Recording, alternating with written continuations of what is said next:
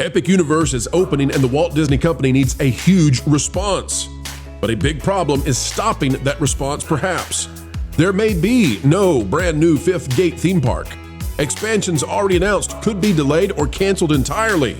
And it's all because of those Chinese tariffs, exploding the cost of trying to buy anything from China. And now Disney may not be able to afford a response to their biggest competitor in the Sunshine State.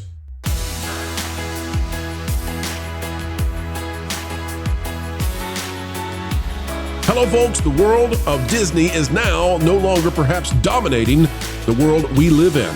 That's right. Walt Disney World Resort is the king of theme parks, but now Universal Studios could take that away. Epic Universe is a step forward, a major leap in terms of what people can expect out of a theme park, so much so that it makes everything at Disney look absolutely dated, as if it came from a century ago, and in some cases, it just about did. Now Disney needs to respond, but that will cost a lot of money. And that cost may have actually doubled in the last few days. Prohibitively expensive. And now we're hearing that Disney may not even be able to source the supplies to keep their current stuff running. We'll tell you about it. Click the like button, and here we go. Folks, here we go. Take a look at it. It's Out of That Park Place by me. It's Disney World's potential response to Epic Universe could be utterly crippled by Chinese tariff escalations. Oh, yeah. Devastating the company. Here's what we've got. And by the way, the Chinese tariffs are now astronomically high. Universal Studios' new Epic Universe theme park is indeed incredible. It eclipses by far anything Disney has to offer. But thoughts that Disney could begin building a response for the next 5 years may all be dashed away by the new Chinese tariffs. For Bob Iger, it could be a devastating blow to his legacy. The recent escalation in tariffs between the United States and China poses significant challenges for companies like the Walt Disney Company, particularly concerning the expansion and maintenance of their domestic theme parks. The construction or even expansion of new theme park assets domestically would likely lean heavily on Chinese imports, which could be double the cost for years to come. Setting aside Disney's complacent manner in which they allowed their biggest competitor to outclass them in Orlando significantly without any immediate response, the Magic Kingdom now faces a possible reality in which they can't afford to even respond late. In contrast, Universal Studios' timely opening of its Epic Universe theme park has fortuitously shielded it from these financial strains. Might be why Bob Iger is warning about the impact of tariffs and stopping by ABC News to tell the staff all about it. Why? Because he's got a lot to lose. Yep. China has imposed an 84% tariff on U.S. goods, but that's nowhere even close. I think we're at like 120% plus on goods coming in from China to the United States. Now, what that means is that for Disney, well, construction costs could explode, and that means they may actually have to stop some of these expansion plans. Bob Iger is already talking about it. It says, in contrast, Universal Studios is poised to benefit from the timing of its new theme park, Epic Universe, which is scheduled to open on May 22nd. Why? Because it's already built. They avoided the tariffs. Now we're hearing, by the way, from sources that Disney is actually even having trouble sourcing materials for things like existing animatronics because it's really hard to get items now from China. I want to show you this. This is from Jay Drunk 3PO over at Park Hoppin'. This is a video of Epic Universe. I just want you to see Disney needs to compete with this. But now Disney is going to have to pay double or triple for many of the goods that necessarily come from China in order to do this. Here we go. Go get birds.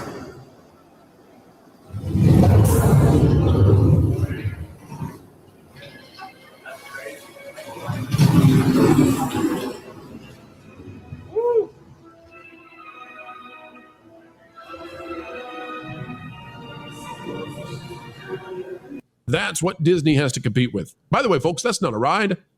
That's the line. That's the queue to the ride. This is the queue for the Battle of the Ministry ride at Epic Universe's Ministry of Magic Harry Potter section of their theme park. Let me go to Kevin first. Kevin, you know a vast amount of information about these sorts of things when it comes to theme parks and where the stuff for the theme parks comes from. Kevin, what do you think about the idea that Disney waited too late and now with these tariffs, it may be so expensive they can't respond to Epic Universe? Absolutely. I think I said this yesterday. The one thing that I've learned is in the park business, or attractions in general, your mindset needs to be focused on some kind of innovation or expansion or major improvement every 5 years. Mostly because you've got to go through the planning phase, and then by the time you go to execute, technology may have changed, the situation on the ground may have changed, and you've got to be able to adjust so that you can continue to move forward.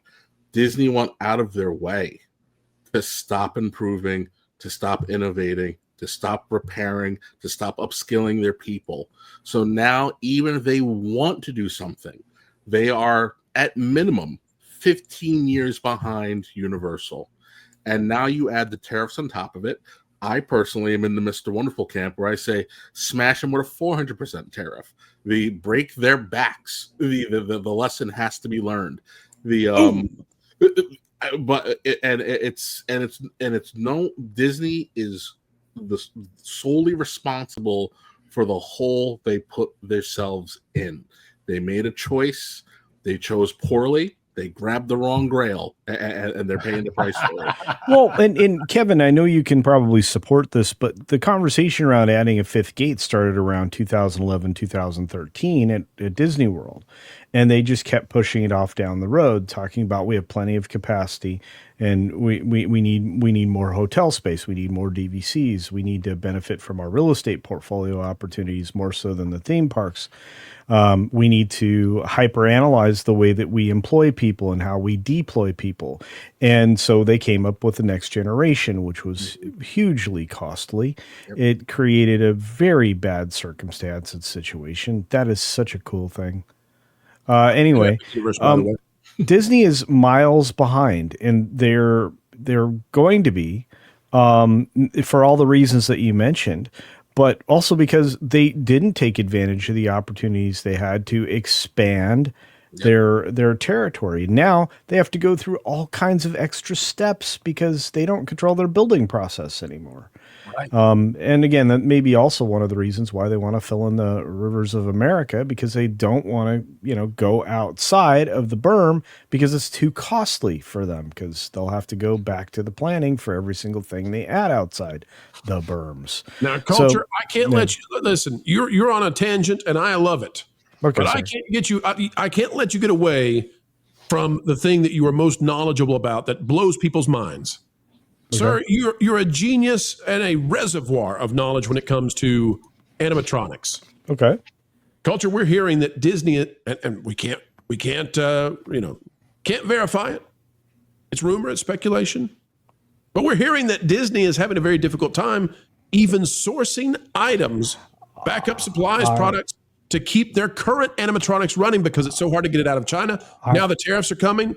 Culture, what kind of a position are they in right now? How damaging is this to Disney and their ability to even give a response? Okay, I wish I could give a very well-informed answer to that, but I will say it's got to be hard to get some of those parts, some of the rotational actuators, some of the linear actuators that they utilize, even some of the PCBs that could possibly the printed circuit boards that are part of the controller mechanisms for these very advanced electronics. But again, unlike the Disney of old, and I know Kevin can speak to this as well, they don't manufacture anything in-house anymore. Nothing is sourced from inside. They outsource everything from the construction of just the simplest elements are sourced elsewhere around the globe. Back in the day, real quick for the audience, this is not Disney, just in case. This is this is Epic Universe, baby. Keep going, Culture. Yeah, this is, man, and guess what? That's a fountain. Fountains are kind of neat, right? They have all these new kinetic things. You have one of those at some place called Epcot, didn't they? Yeah, they did. But anyway, but when it comes to the animatronics, Disney had a whole shop downstairs at Magic Kingdom specifically where they could recreate these parts, recreate the frameworks, recreate the items that they needed on the fly. So maintenance could work on these things, and maintenance was completely different. Way back when from 1971. And so when you're looking at the parks now versus the parks, the way they were, Disney can't immediately source or recreate any of these things. They don't control the molds for the light posts anymore. They don't control the molds for the manholes. Well, maybe that's not true. Maybe it's one of the few things they have left. But you have to remember, everything that is bespoke in Disney is most likely not made by Disney anymore. Yeah. So when it comes to parts crises, which is what this is, it's only going to get worse. And so it's quite possible, and depending upon where the material came from that covers the broken gator in the swamp, that material may be torn for a long time. It's the same problem that they had with Ariel not that many years ago, where she just stretched to the point where it was ridiculous, and then she tore. This is something that Disney is going to have to contend with for a long time. I don't think Universal will. I think not only that, the resilience of the animatronics and the speed with which they operate, Universal, whoever did that for them with those animatronics that they've created, that's an exemplary job. It is quality. It's something that, I don't imagine will shut down easily. And again, if you are a robot shopper like me, or you check out places that have these kinds of items, if they're coming out of Taiwan, I think you're going to be safe. If they're coming out of China, I think you're going to have problems. And one of the things Disney's did when they built in Shanghai was create a lot of partnerships in country to do a lot of different things for them. So I'm concerned about their future, Pro. I really am. Did you see the ultimate irony story about all this today, or yesterday, I guess it was? What's that? They shut down the trolleys in DCA. Yes. Guess who they donated one of the trolleys to? A donation. The Gardner Holt Foundation. Oh. Yes. Now, explain to people who Gardner was and is, but Gardner Holt is the people that built the most recent Lincoln. They are masters of creativity. Yeah. It's like Winston is on the other side of the equation. It's like there's only a handful of these amazing companies. But Gardner Holt is extraordinary. Yeah. Man, they have a foundation, a charitable foundation in his name, and that's who got the streetcar from DC. They value Disney more than Disney values itself. Yeah, Gardner Holt has a whole shop dedicated to basically this Tiki Room parts and Tiki Room related items in order to maintain that attraction. I want to go ahead and put this on screen real fast here. As you do, Vash, we're going to lose Lorne. Lorne, any thoughts on, before you go, any thoughts on Disney and the fact that the tariffs now may make it so incredibly expensive to mount a defense against Epic Universe? They just may be stuck. They may have to cancel some of these expansion plans. What do you think, Lauren? Well, I think so, and this just goes to the danger that I think befell Disney was that Iger decided that he was going to use Disney as a platform to further his political career. He wanted to become the ambassador to China. He was going to use that as a springboard for a presidential run. Yeah. Everything happened that we already know about, and it scuttled those plans. The Biden administration rightfully recognized him as a potential threat and refused to give him the ambassadorship.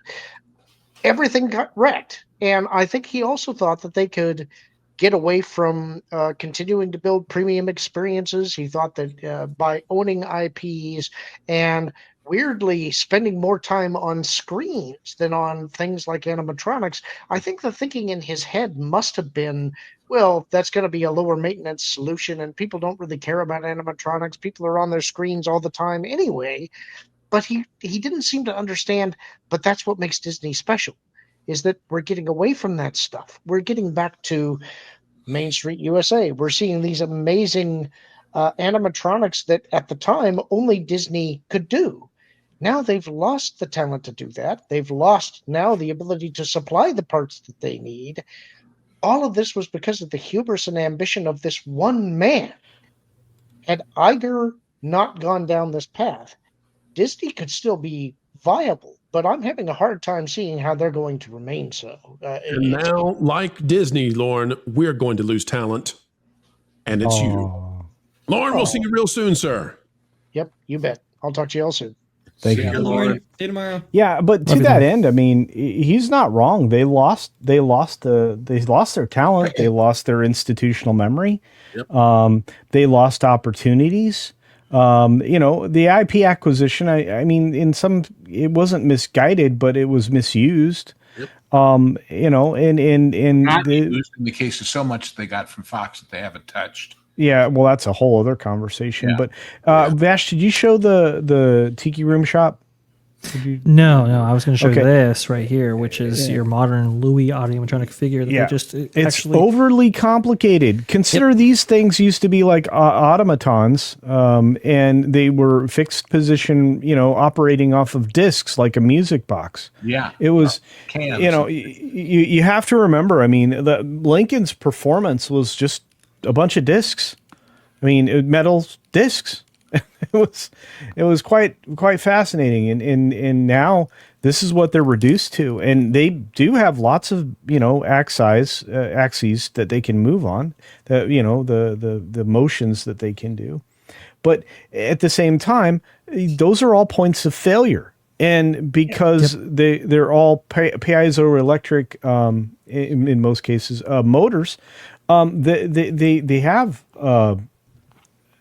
The electronics break. They're not forever machines.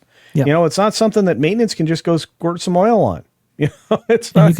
And more importantly, perhaps, as great or not great or complex or simple or sophisticated or slightly less sophisticated as all of these machines can be, if the story that they're telling and the characters that they're embodying are absolutely pointless and not in resonance with the audience, it makes no difference how fluid they are.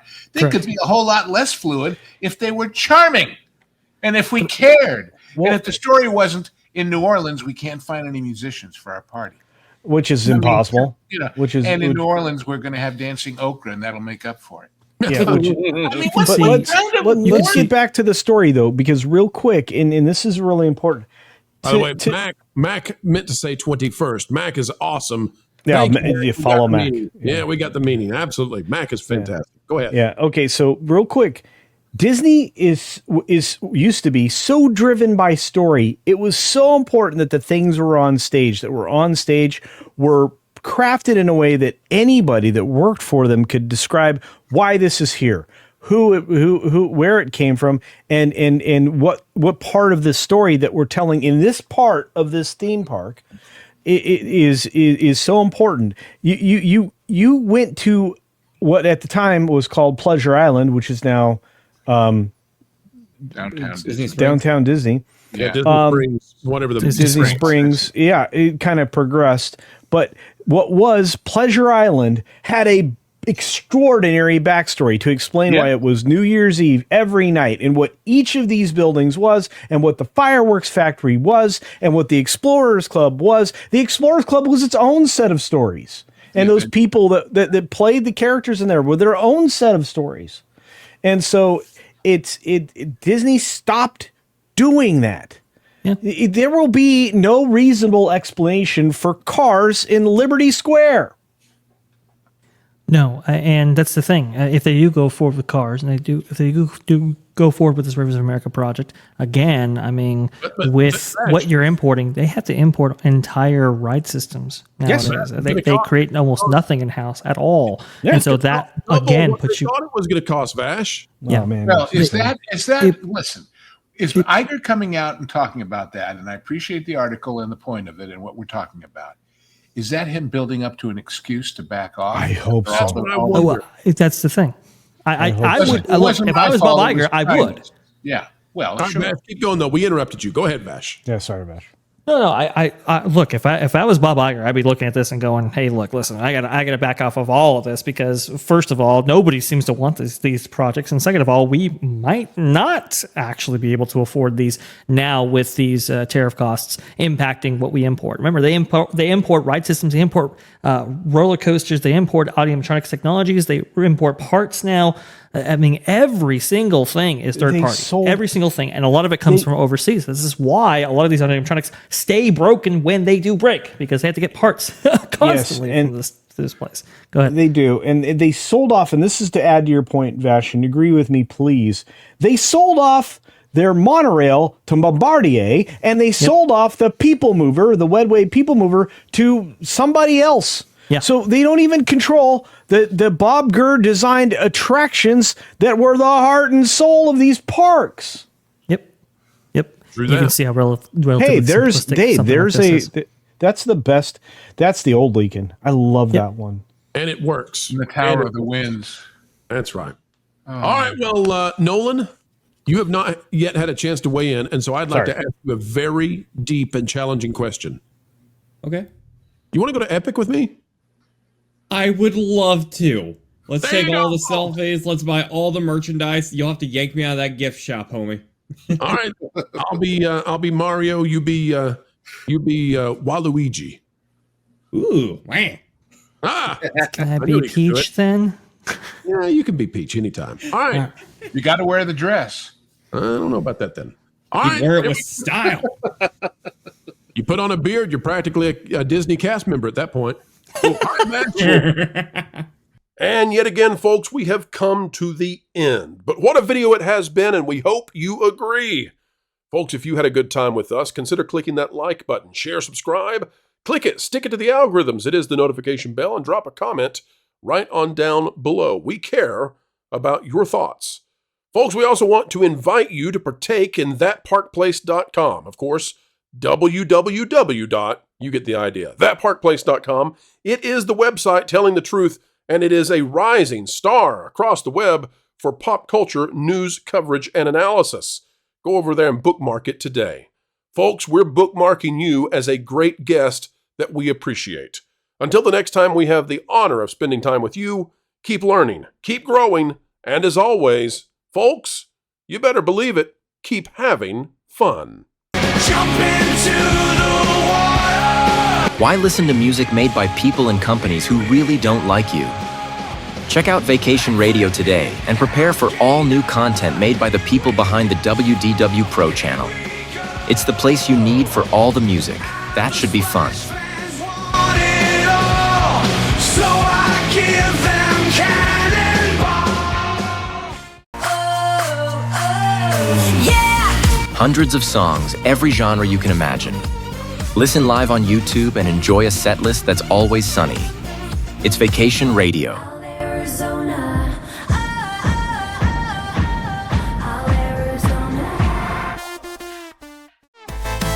Pineapple pizza, Hawaiian ice freeze, yeah. Can't wait to be up.